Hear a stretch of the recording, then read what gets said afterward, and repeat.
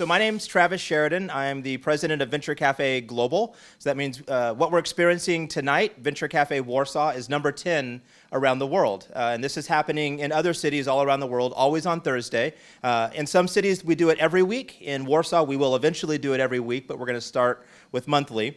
And I have the honor of being here not just for the launch, but to moderate this conversation. And when I say moderate the conversation, it means give these guys really good questions so they can just take off and talk. Because it's really interesting to hear. I want to hear what they have to say. The topic is really looking at venture capital and looking at it through the lens of the Polish market and the US market. And so I'm going to have them both introduce themselves first. We'll start with Borys and then go over to Artur. Tell us a little bit about what you're doing. And the first question is, what's the Polish market like for venture capital? So I'm an entrepreneur. I raised venture capital a few times, some from Poland, not much, and then much more from outside of Poland. Started 10 years ago, and 10 years ago there was nothing. It was like 2 funds, maybe, or 3. And now it's like 100 or so. So it's definitely matured like very much over the years. But I think there is still a lot of room for kind of bringing up some of those standards that are known from like Eastern, like from the Western world and from Silicon Valley. They're picking up, a lot of those picking up, but it's, I think, the Polish venture capital comes from financial background mostly. What I think is missing is founder-driven, venture capital funds. So the people with the money to invest didn't make their money in startups necessarily, right? So they had this more like a private equity attitude, which means they don't take that much risk, which means even early stage.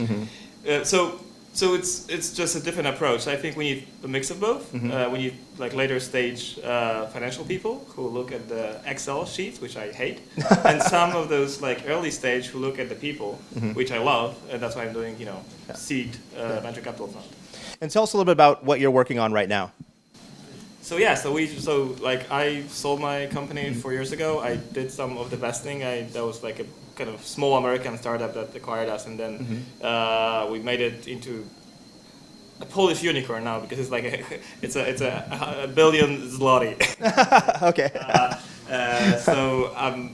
And it's sad to leave because it's part of my I worked for the last 8 years on my startup and then bringing Samba to Europe and to make it a big company. But now I think it was just good timing to, a few things happened.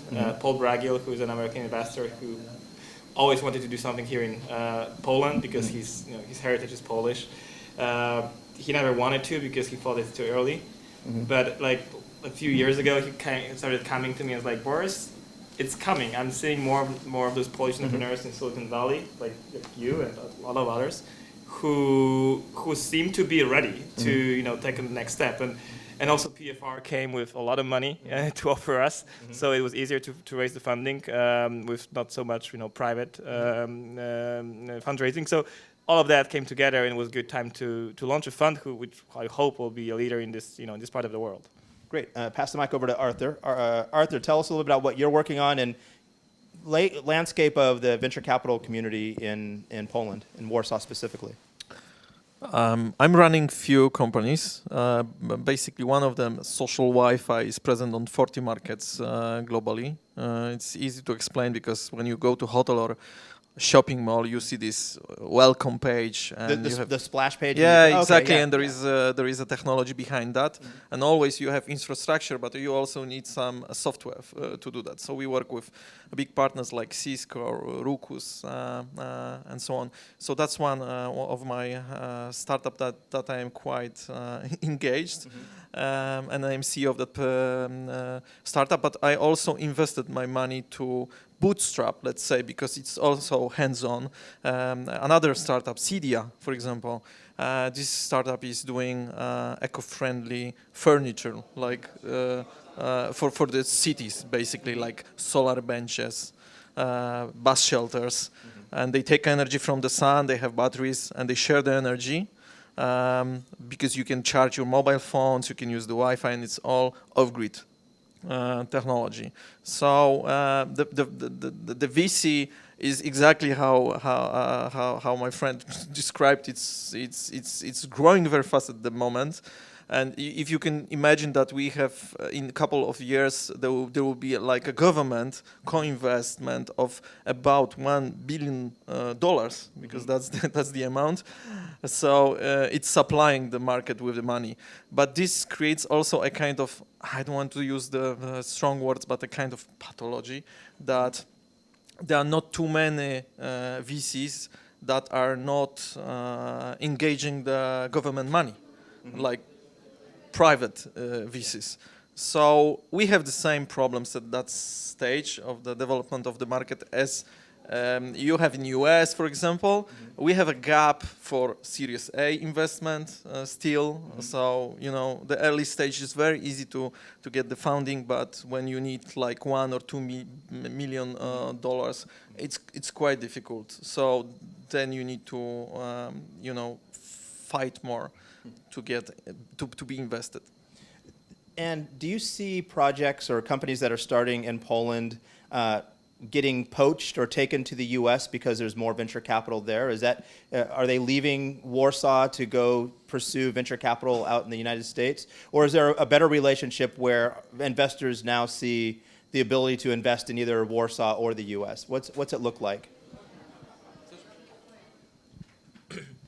Yeah, I mean, it's happening. It's usually happening on the next stage, not even Series A. There is some funds doing Series A funding, and there's more coming as well. But startups like Booksy or UXPin or Dog Planner, all of them raised a lot of funding on Brainly. Like when they raised like $10 million, $20 million, they raised from American funds. And there is some also going to Hong Kong or Singapore or China, trying to conquer those markets. When they raise those monies in the U.S. or Singapore or Hong Kong, do they move the operation of the business there, or do they remain in Warsaw? Well, the traditional way to do it is the CEO and some of the business development moves to the U.S. and the engineering stays here. Sometimes product stays here. So that's the typical way to do it. But there's been other cases as well. What can the U.S. learn from Warsaw, either startups or venture capital community? Because we always look at it the other way. What can Warsaw learn from the U.S.? But what can the U.S. learn from this community? I can try. I've been talking in Silicon Valley to, let's say, over 50 VCs. Quite experience. It took me like half year to do those meetings, from Sequoia Capital to other VCs. So I think that it's already years that they're doing it. It's very difficult to change it, but they want to be very close to the founders. So that's the reason that many, let's say, startups are not moving to US, because we don't see the point. I mean, why would you move only to have this, opportunity to go for a coffee with a VC or with an investor? So I think that it's just something that they should change, because the world is changing. It's easier to get money now in Europe, so they should fight harder, and they should change the attitude in that term, I think. Well, that's exactly what actually Poland and Bragios are doing. That's that's their approach. Like, they're seeing so many good deals in Silicon Valley, but the valuation is like absurd. And then they've noticed that in countries like Singapore, for example, when they started a fund 10 years ago, or Africa or Finland, there was opportunities that they didn't exist in the US for better, like getting earlier into great companies. And they've invested in a few unicorns even in countries like Indonesia, for example. So, and Poland is actually like the next step on the radar. So after doing Singapore, Finland for gaming, Poland is like, they believe it's the next big thing. So this is where the next dozens of unicorns are going to come from. So I think some smart investors... That's what the U.S. really should learn from about Poland, is that there are deals here. And also I think we are we're not as capital hungry as the American startups, so we can survive longer on smaller checks. Engineering is obviously, super high skilled, and at the same time, there is so many companies doing kind of, boring outsourcing work all over Poland, Warsaw, but also Krakow, Gdańsk, Wrocław. And those guys want to change. They want to work with startups. Like 10 years ago, no one wanted to work with startups. Yeah. Like, I had to like really do my I had to be a great salesman to like get great people to work for me in a startup. Now it's started to be a cool thing.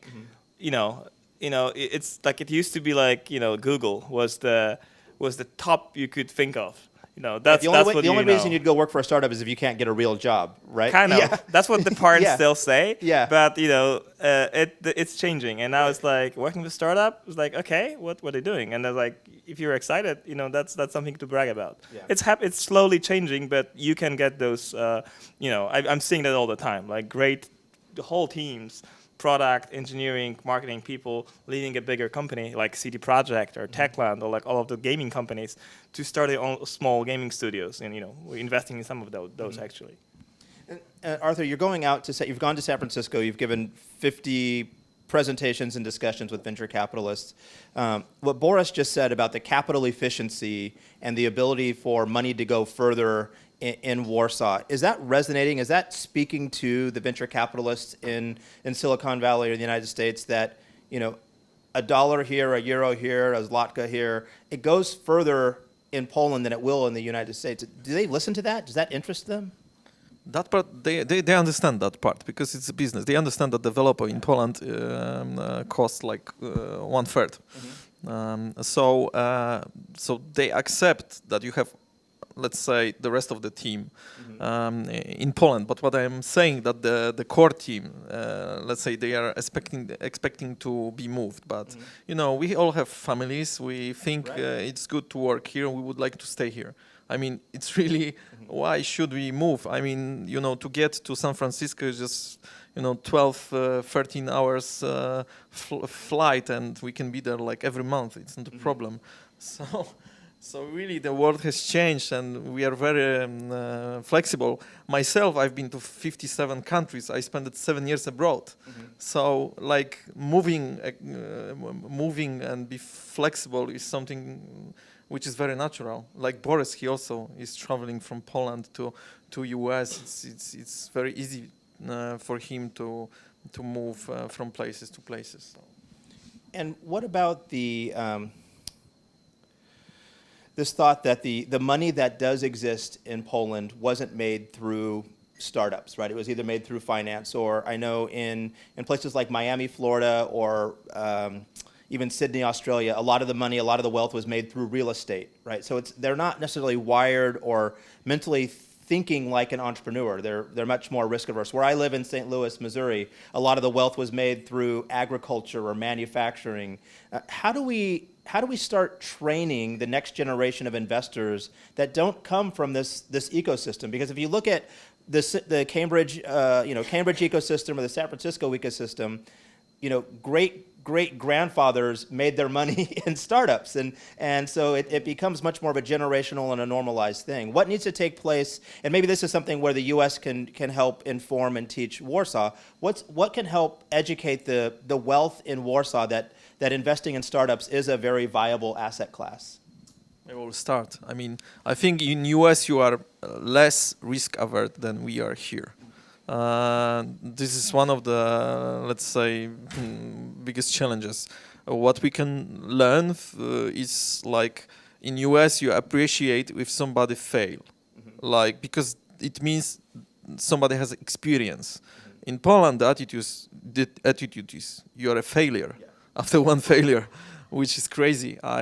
You should go to Japan. It's even worse. You're like the great grandchild of a failure. If it's generational challenges. But yeah, go ahead, please. Yeah. So it's a huge challenge to change the attitude. So we should listen to stories, and we have the same challenge as you do. I mean, we also have very the investors from traditional business. So they learn and they learn very slow, and they don't want to take that risk. And we need more success stories. We are lacking of unicorns because we have 0 unicorns. I mean, okay, we have few. They are quite big companies, yes, but we are lacking of like fresh unicorns, of success stories. Then the traditional business will be more likely to invest. You mentioned the risk averse. I think one of the ways to get involved in a startup ecosystem while still not risking all your money is not investing through startups, but investing through funds or through angel networks. Yeah. So that you invest not in one or two startups, which a lot of people do fail, and they kind of not want to get involved anymore because they get, they get scared because they haven't been used to investing in companies which are, go bankrupt. And then once you, like a lot of our LPs, so investors in our fund, are children of people who started businesses in Poland in the early 90s. They built great companies. Now they kind of move those to the children, but not all the children want to actually run those companies. Right. They're selling them, and they diversifying their risk, and they're getting into different areas in the startup. So I think that's the biggest. And Artur mentioned lack of private money. Well, no one there was no tradition of investing in venture capital funds. So if you invest, if you have money like millions to invest, you invest in real estate. Yeah. That's a typical way to invest. Maybe you buy some bonds, maybe you buy some stock. So funds is a new thing, and I think we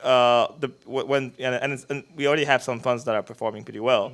So I think this is what we need to educate the rich people. Yeah. First, get involved through funds, and then maybe do some co-investments, and then learn it if you want to actually get involved. Sure.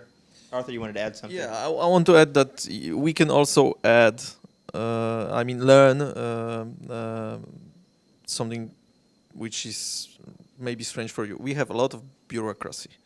The paperwork, kind of lack of trust, but the system is like that. So in US, everything goes really fast. The term sheets, for example, my last, let's say, investment round, took me 4 months to prepare term sheet. Can you imagine that?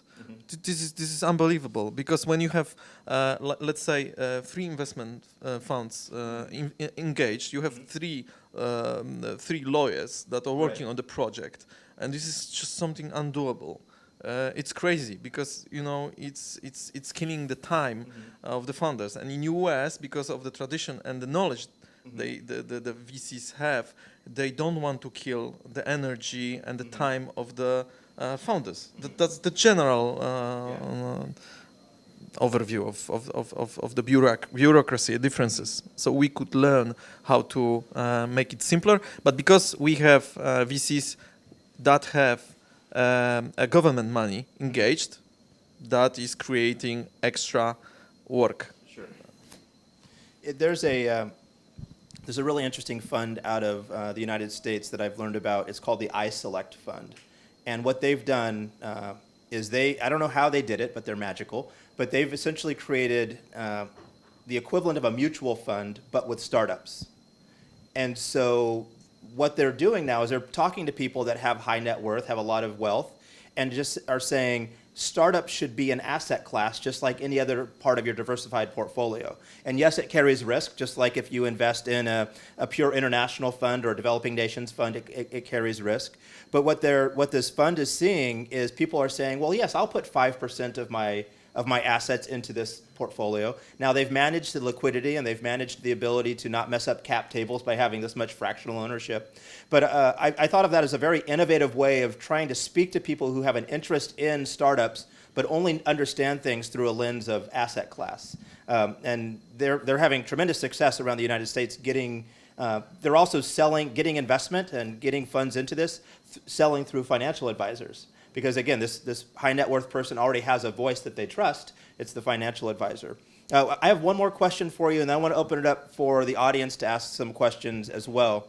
I think everybody thinks about Silicon Valley and the Cambridge ecosystem or the New York ecosystem. But let's fast forward 5 to 10 years. WARSAW is the leader in the EU. What kind of things will WARSAW be teaching the rest of the EU in 5 years as it relates to startups and venture capital investing? 5 years is aggressive, by the way, so we have a lot of work to do. But let's say 5 years. What are you teaching the rest of the EU? I think what we really strong right now is like we've never been good in consumer technology except for gaming. So for some reason, gaming is something that we are already top 5 in the world. So I think that's why one of the reasons we putting a lot of money into gaming, and the first 3 investments are in gaming, is because we believe there'll be a number of great companies in gaming in Poland, and I think it's already happening. So the top people from EA, from Ubisoft, from big companies, actually migrate to Warsaw or to Wrocław and work for Polish gaming companies already. That's already happening. The top people in the world come over. So this will be happening, obviously. And I think there's a few more niches that will kind of take over. And I think one of the biggest ones is VR. VR and AR, which is connected to gaming because it's the same technology, Unity. So there's a lot of the same know-how. And I've seen, I was just on on a festival in Krakow. Oh my God, what's the name of the festival? Digital Dragons, of course, okay. Which is the biggest one in Central Eastern Europe for gaming. And I've seen stuff in like VR that I haven't seen, like the kind of technology I haven't seen anywhere in the world. So it's the best in the world. So I think technology-wise will be the leader in those 2 areas. There's some others like AI, like I think those 3 are like the biggest ones. So I think we can teach people how to do it. What we need some of the help is with product, with marketing, with sales. Those are the kind of 3 things we need to import. Okay. But we have a lot to export. Yeah. Artur, what about for you? What's Warsaw going to be teaching the rest of the EU? First of all, we'll be generating probably like 20% of new ideas in Europe. That's how I imagine. We have very creative people here. And if you look at the numbers of software houses that can be transferred to the back offices of the startups, we have huge potential. Because at the moment we are like a place where you outsource some development. But this means that we have here the capability to do amazing things. And of course in those fields like AI, because it's software, so gaming, this is something really natural. So I think we will be growing faster and faster, and what we will have the biggest growth of the startups in Europe. That's how I think. What can we teach others? I don't know how to transform it in a few sentences. Okay. Questions from the folks here? Anything you want to know about this? Yes, Melissa. So I'm an American. I live and work in the Netherlands. And one thing I really see there is they have the same cultural issues around. People are so afraid of failure. Investors are really risk averse. But what do you guys see on the entrepreneurs' side? What are they not doing to get capital? And is there anything? Netherlands? In Poland. In Poland. What are Polish entrepreneurs do? Should Polish entrepreneurs be doing more to get capital in your viewpoint? We need to have more experience with working with external VCs. We still don't have so many cases to cooperate with external VCs. Like you're Dutch, yes? So you come from a small country which is very aggressive, which has a huge export, and in your blood, in your genes, you have cooperation. We don't have that yet, so we need to learn how to cooperate with others. For example, I've been in my life on 2 amazing events. Both of them were organized by in The Hague. Yes. Extremely, imagine a startup event when you're selected in a normal way, like you're filling in the forms and stuff. You're selected, and when you are selected, you are invited by the ambassador of US and Holland to the embassy. They do the networking, matchmaking 2 weeks before the event. I have a guy in The Hague that is my angel. The girl, she's preparing my meetings with the clients that I want to meet. The logistics are just amazing. They are taking me from the airport. Everything is like, it's amazing. You just go there and you have like, you don't fight with everything. You have everything in place. So we should learn the organization. We should learn cooperation. Like that's something we can learn from Dutch people, as an example. Yeah, other questions? Oh, yes. So actually, when I was listening to you, I thought that we like to be in this pursuit of catching up with US. So undoubtedly, US is the most mature VC market. So what are the threats and maybe opportunities for Poland once we set up our market that we bridge our ideas to US? Are we losing them? So what are we gaining, what are we losing? I don't think we're losing anything. Like even if even if the companies relocate to Delaware, set up there and raise funding in the U.S., those founders when they make it big, they will invest money in Poland. That's the natural thing to do. Some of our biggest LPs are actually Polish people who made money in the U.S. doing startups in Silicon Valley. They've been there for 20 years, but they still think of Poland. They still want to give back to the Polish community. And this is happening. So, okay, you're learning. Maybe they will stay in the U.S. Maybe the next company will be based in the U.S. But the money will be coming and the knowledge will be coming.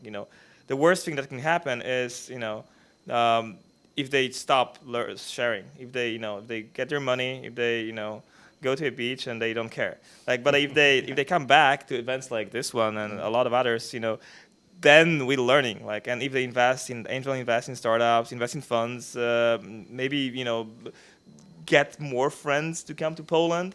It was so hard to get one of the co-founders of PayPal to Poland. And Paul Bragiel did it a few months ago, and we had some dinner, and the guy was like, yeah, he's Polish, he's no one knows about it.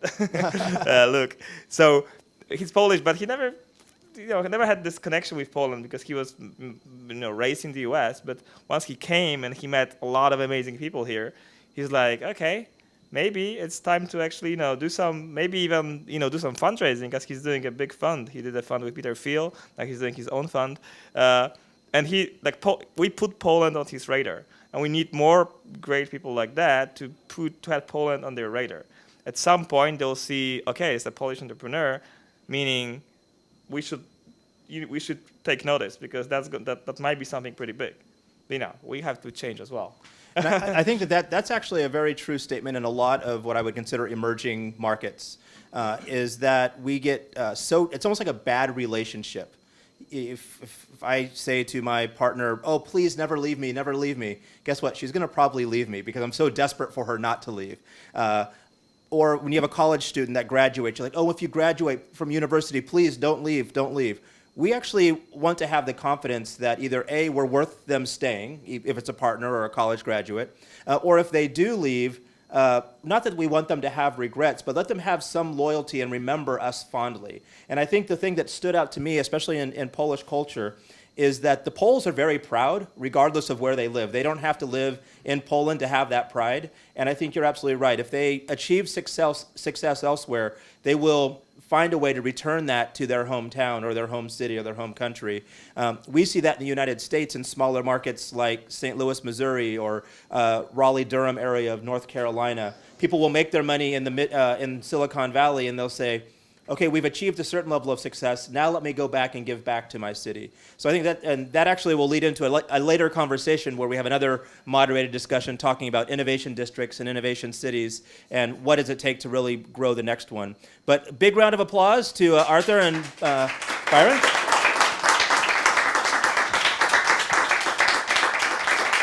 And thank you so much for being here for the first Venture Cafe. This goes to Arthur's point.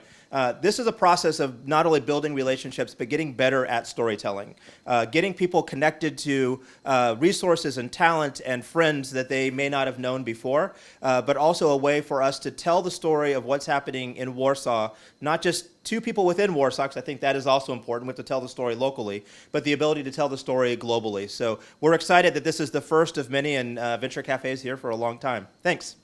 Thank you.